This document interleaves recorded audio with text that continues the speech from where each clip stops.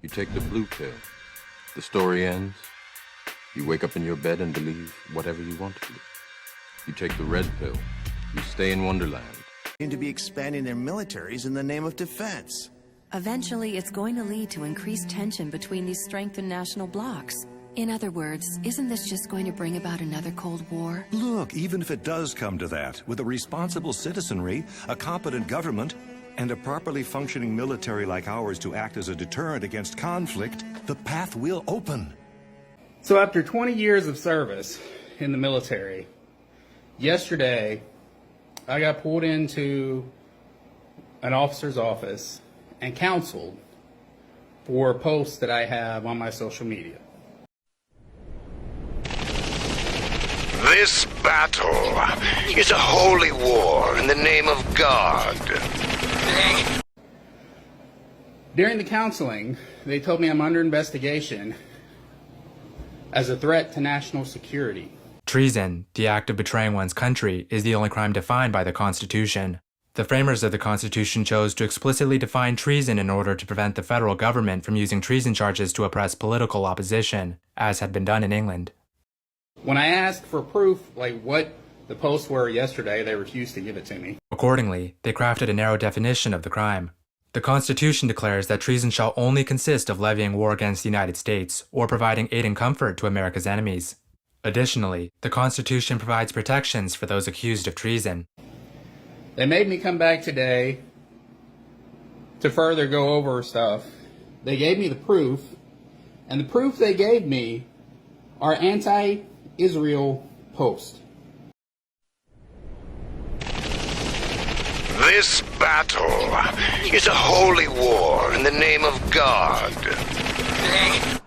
We shall strike down the infidels who disrespect our traditions and lay waste to the land of God.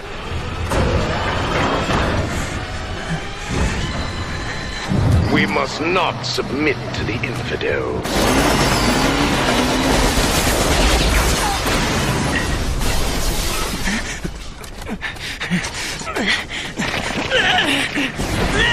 By dying in battle, we shall be led into the presence of God. And the proof they gave me are anti-Israel posts. In this world, there is no God.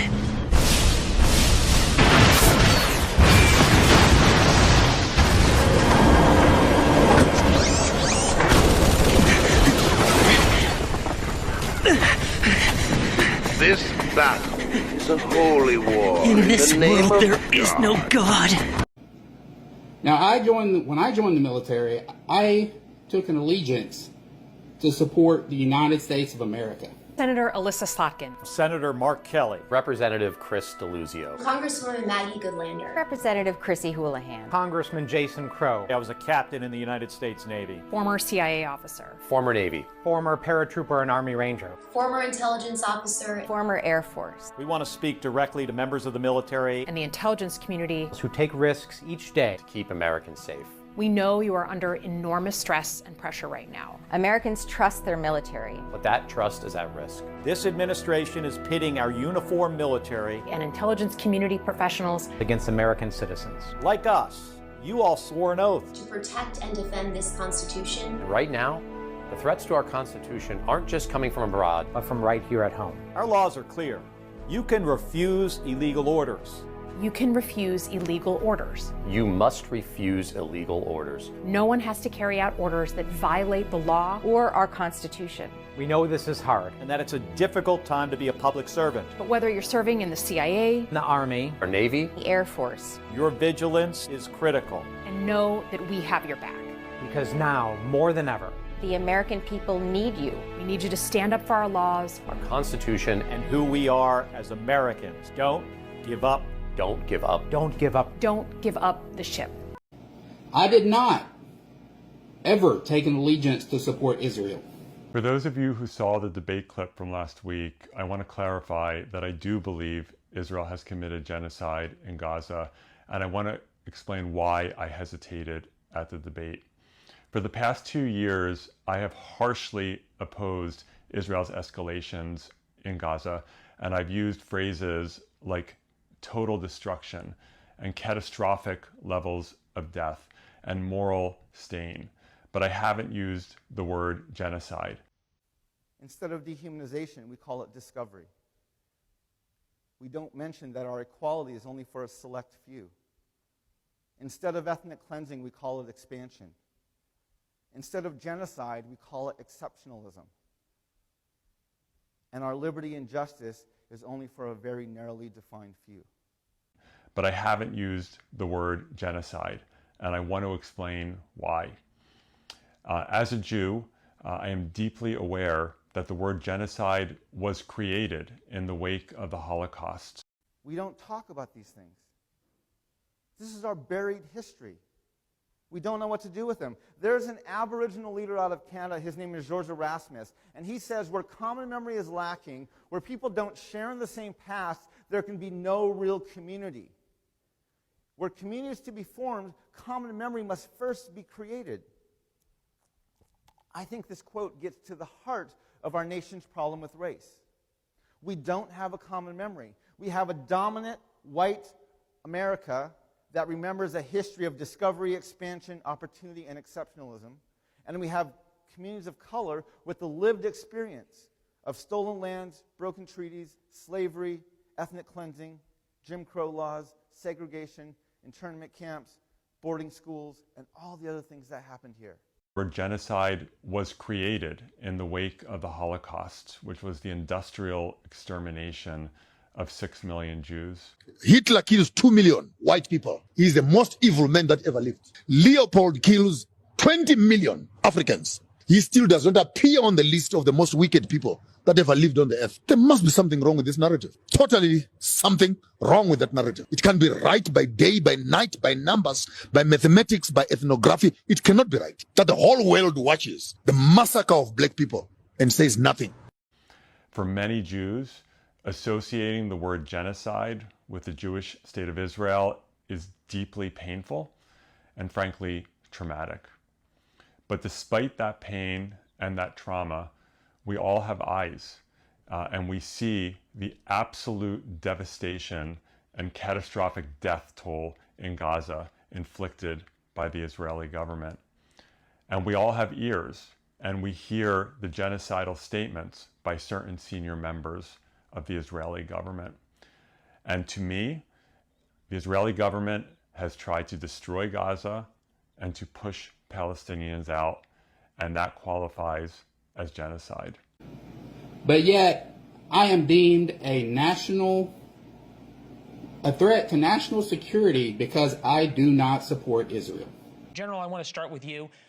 Longer career in the military. Have you ever even seen or heard of anything like this, of members of Congress publicly talking about questioning orders? Well, I think, Leland, the last time where this was a topic of discussion was the My Lai incident during the Vietnam conflict, where we had soldiers that were a part of a massacre, and their defense in court was, I was ordered to do this. And I do not support Israel and their genocide against the Palestinian people. And that started a big debate across the years that lands us where we are now with what we teach our young officers, and then also what we talk about as senior officers are our duties under the law.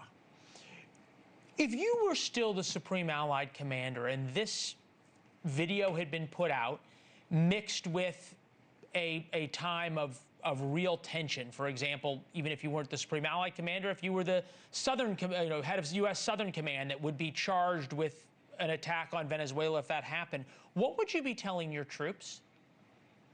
So I'm really glad you asked that question, because I want to get away from the sort of political discussion that's going on now and just get back to some basic facts. The first fact is that we take an oath to the Constitution. Yes, you heard that right. I am deemed a threat to national security because I don't support Israel's genocide against the Palestinian people. We don't take an oath to any president.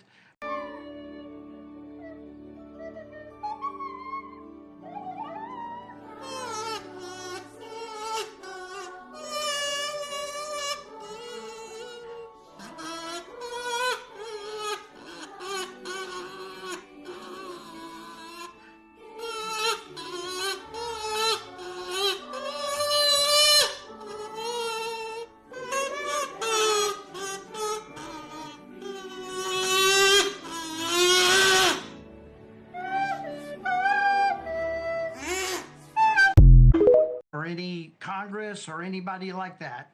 Competent government and a properly functioning military like ours to act as a deterrent. Our oath is to support and defend the Constitution of the United States. The second fact that I would remind my young soldiers, sailors, airmen, and Marines about is that we have a legacy of civilian control of the military. Hercules.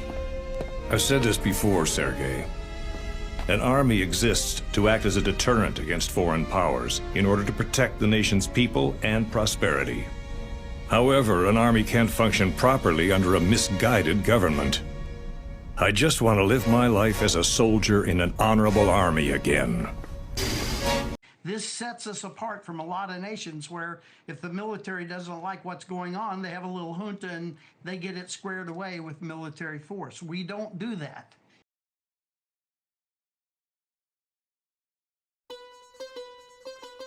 On April 19th, 1914, the miners at Ludlow celebrated Greek Easter.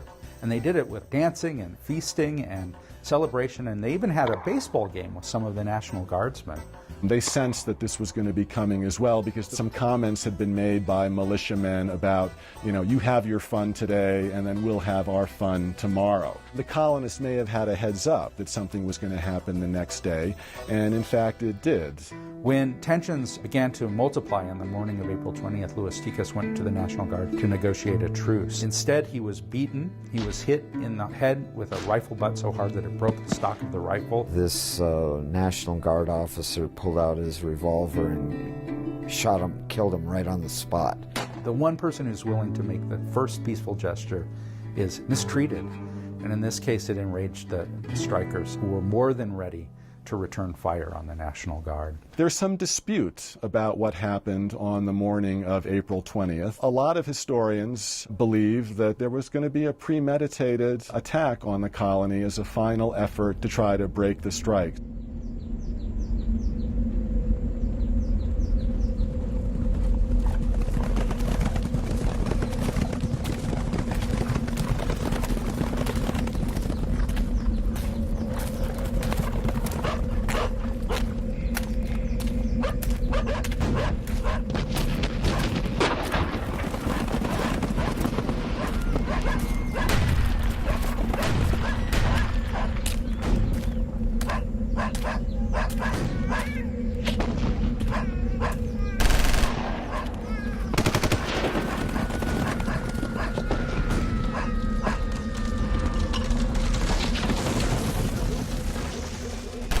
Before long, there's a running gun battle going on, with the strikers fleeing for their lives. Almost immediately, it turned into a full-scale battle. The miners grabbed their rifles and hid along an arroyo, trying to draw the National Guard away from their families at the Ludlow tent colony. The National Guardsmen mounted a machine gun on top of a nearby hill and sprayed the miners in the camp somewhat randomly with machine gun fire. One of the most important moments in the violence is when a train passes by. They're shooting each other from different sides of the railroad track. And so when a train passes by, it provides cover for people to escape. The militiamen, qua mercenary soldiers, moved into the colony, set tents aflame. Some 10 miners were killed, as well as one National Guardsman. I'm not sure that they were intending to kill people. I think they just wanted to disperse the colonists and see if this would help in breaking the strike. They went about systematically firing the camp to destroy it and destroy the miners' base. Most of the colonists got out, except for these 13 people, these 11 children and 2 women who got caught in a tent cellar below a burning tent that collapsed on top of them, and they were suffocated. And that's when it hit the fan, really, and got national press. They have a little junta and they get it squared away with military force. We don't do that in our country, and we are famous for that.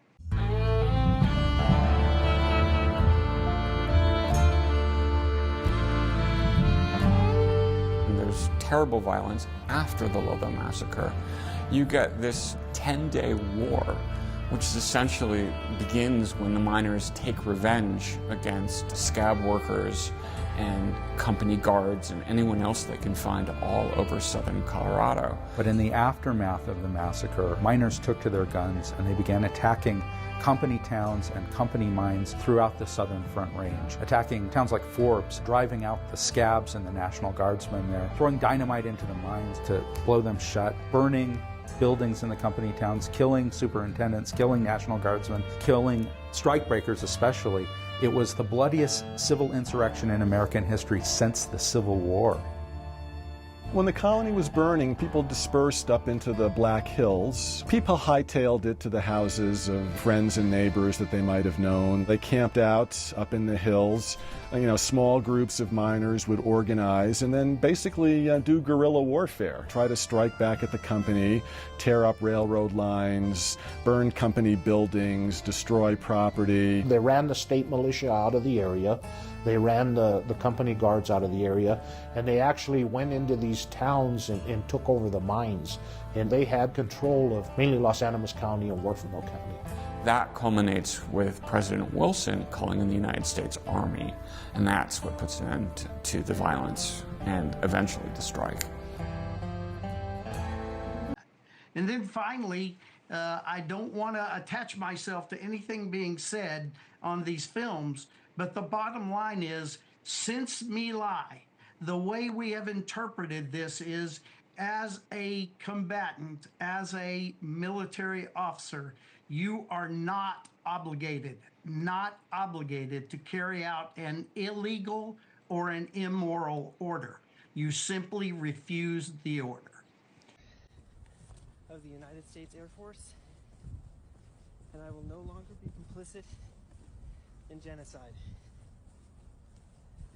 I'm about to engage in an extreme act of protest, but compared to what people have been experiencing in Palestine at the hands of their colonizers. Can I help you, sir? Oh, free Palestine! Hey! Free Palestine! Free Palestine! Free Palestine! Free Palestine!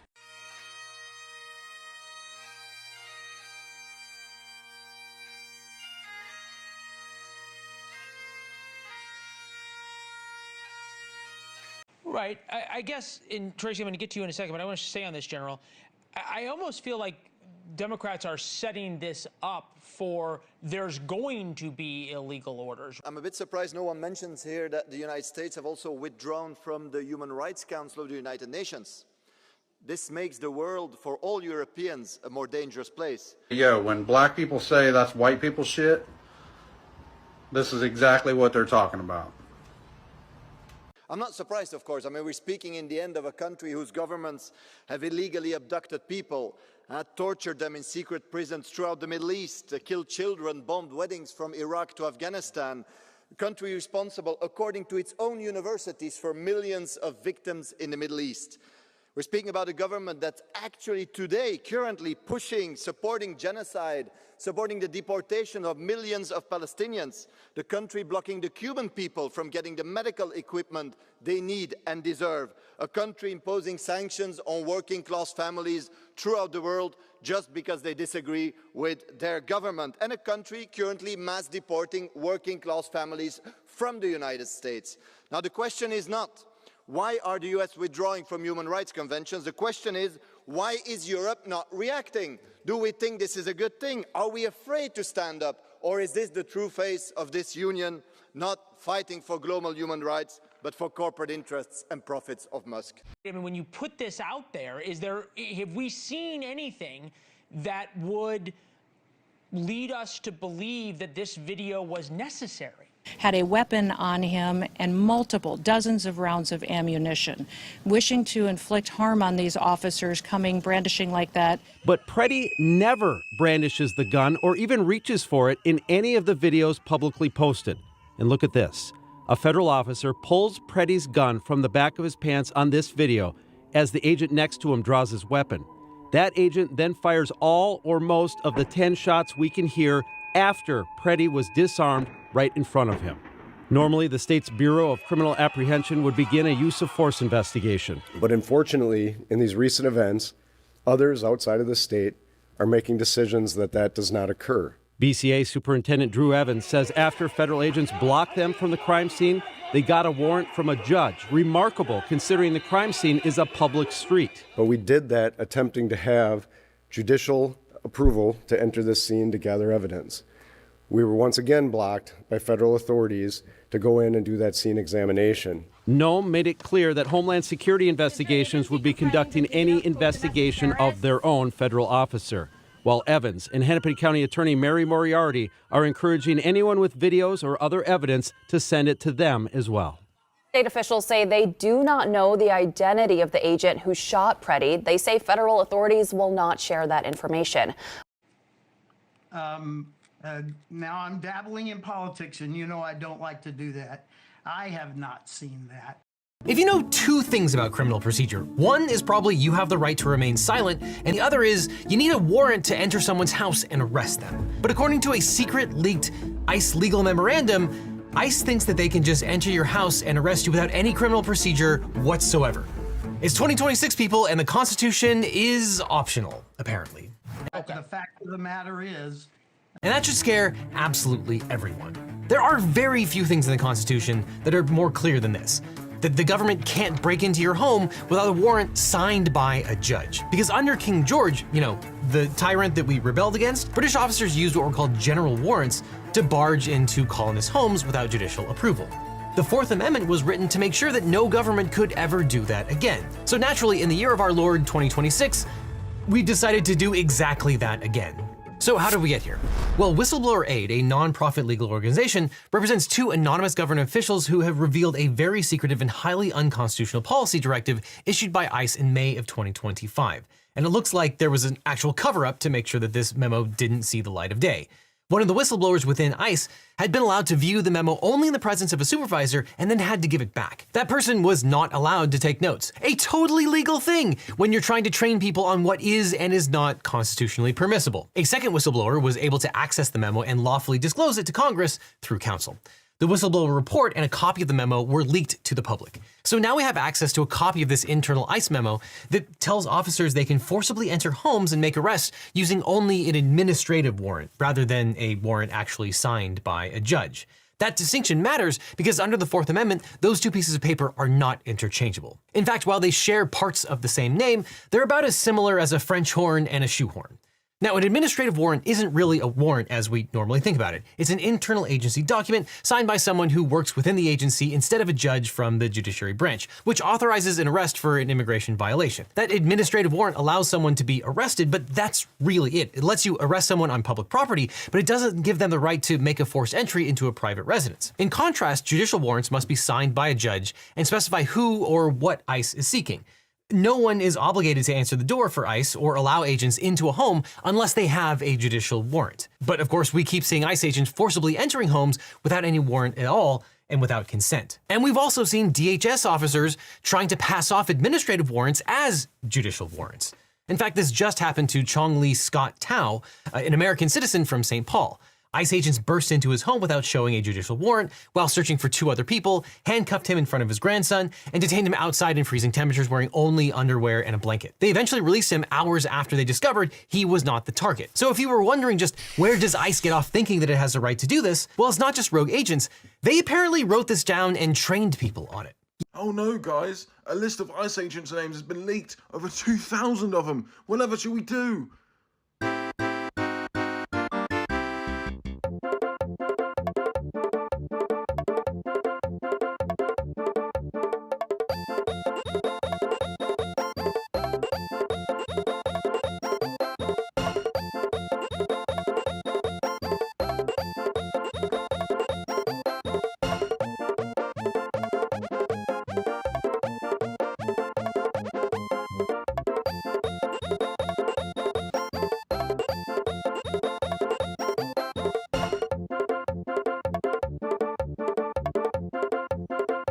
And then this one's my favorite. I don't know if you know this, but you guys have $858 million, again, almost $1 billion, okay, of money to give out bonuses to people. And so listen, bonuses are great when people do good work, but $858 million sounds like a lot of money. That's like a $40,000 bonus to every employee in all of ICE. You raise a profoundly serious point in your inimitable way, Mr. Moskowitz. Well, the bonuses, that is a huge bonus budget. Yeah. What does that work out? Have you done the math to see what that works out in terms of bonus per ICE employee? $42,000 for every employee in a bonus, in addition to their salary. A $42,000 bonus? Yeah, $42,000. And I, because you and I sometimes are symbiotic, you're probably going to ask me, what is the average bonus for the American worker in this country? Do you know what that is? It's $2,500. That's the average Christmas bonus is $2,500. The average Christmas bonus, because Christmas is back, the average Christmas bonus is $2,500, but they want to give $42,000. I was just walking down the street and I saw this guy wearing a ski mask who appeared to be armed. So I asked him, "Do you work for ICE?" He pulled up his mask and said, "I'm a fucking drug dealer. Don't you ever disrespect me like that again." I was relieved, so I shook his hand and thanked him for his service. For all the black Americans saying ICE isn't our problem. Nah. Black people are on vacation. White people, you fix this. The training is the same anyway. Illegal, immoral, you are not bound to execute. Since when does not supporting a foreign nation get a U.S. soldier investigated for being a threat to national security?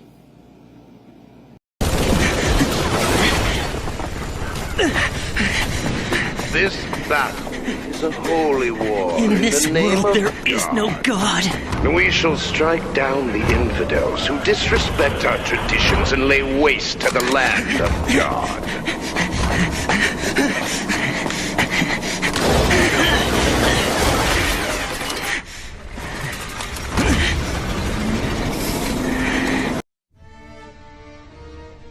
This is a message for all citizens here. I am Colonel Pang Hercury of the Earthsphere Federation Forces Information Operations Center. My comrades and I have taken control of this station. We are now in control of the garrison forces, the life support system, the linear trains, and the solar power generation system. We have but one objective. We want to inform the world of the brutality of the Outlaws, the Federation government's autonomous peacekeeping force, so the public can decide whether they are truly in the right. Are you aware that under the guise of eliminating anti-government forces, they have massacred millions of people in cold blood? Do you know how many innocent people have been killed in their bid to reorganize the Middle East? It's all true. You have been handed a false peace by the Federation's information control, and without even knowing it, you have all been living in a dictatorship. While we are disclosing these facts to the world, I'm afraid that your lives will be in our hands. Go ahead and despise me if you wish. But let me make something perfectly clear. As soldiers, we're sworn to protect the interests of the Federation citizens.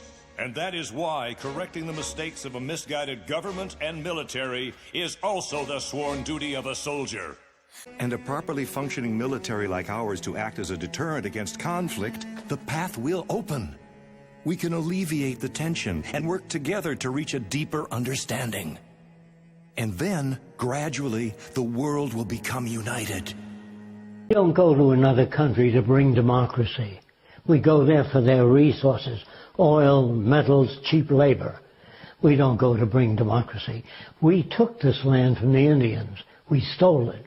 After we stole all the land we need, we put up the sign, "Thou shalt not steal."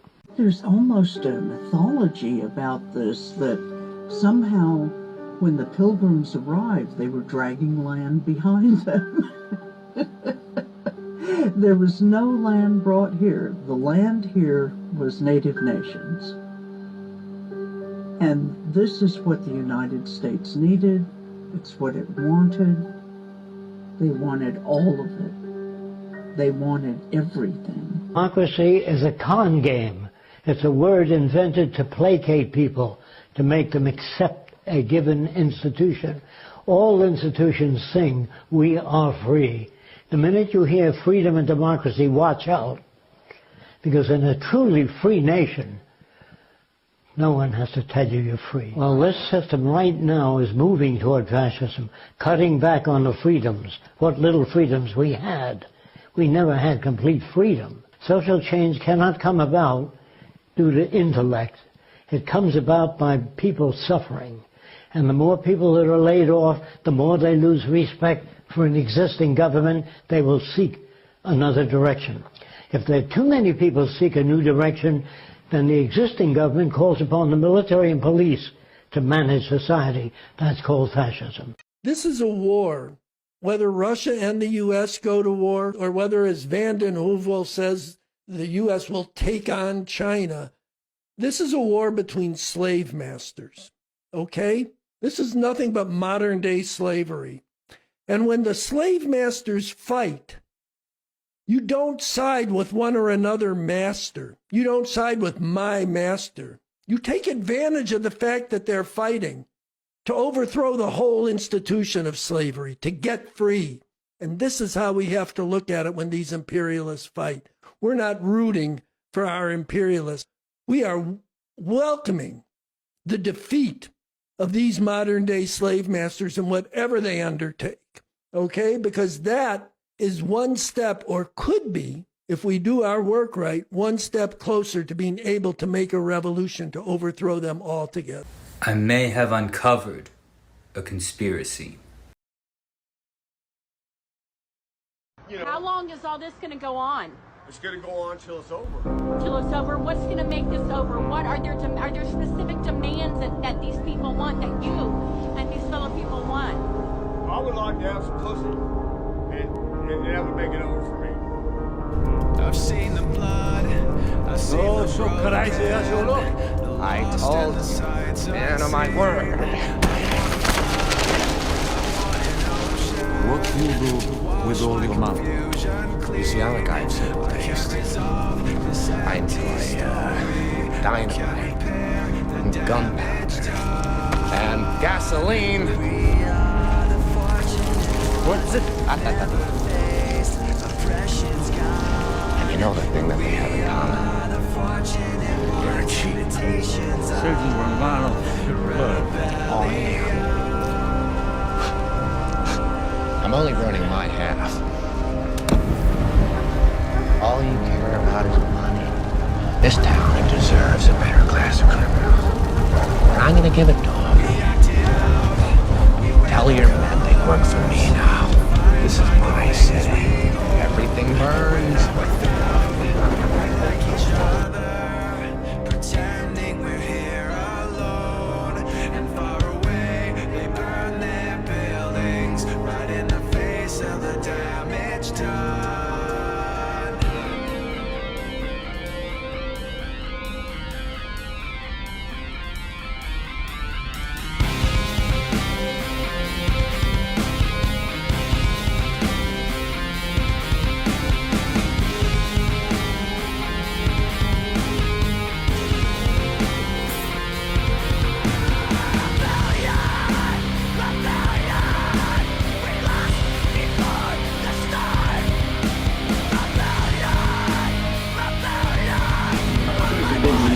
I don't think you even knew it existed. It goes against everything Manifest Destiny teaches about Native Americans. And I want you to know this part of our history because people erase it. We'll get to that later on in the program. Erased it intentionally.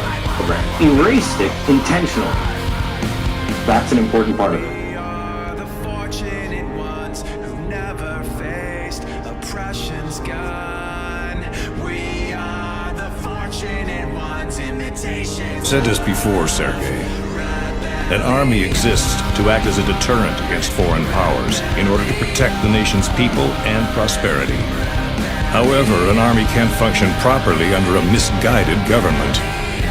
I just want to live my life as a soldier in an honorable army again.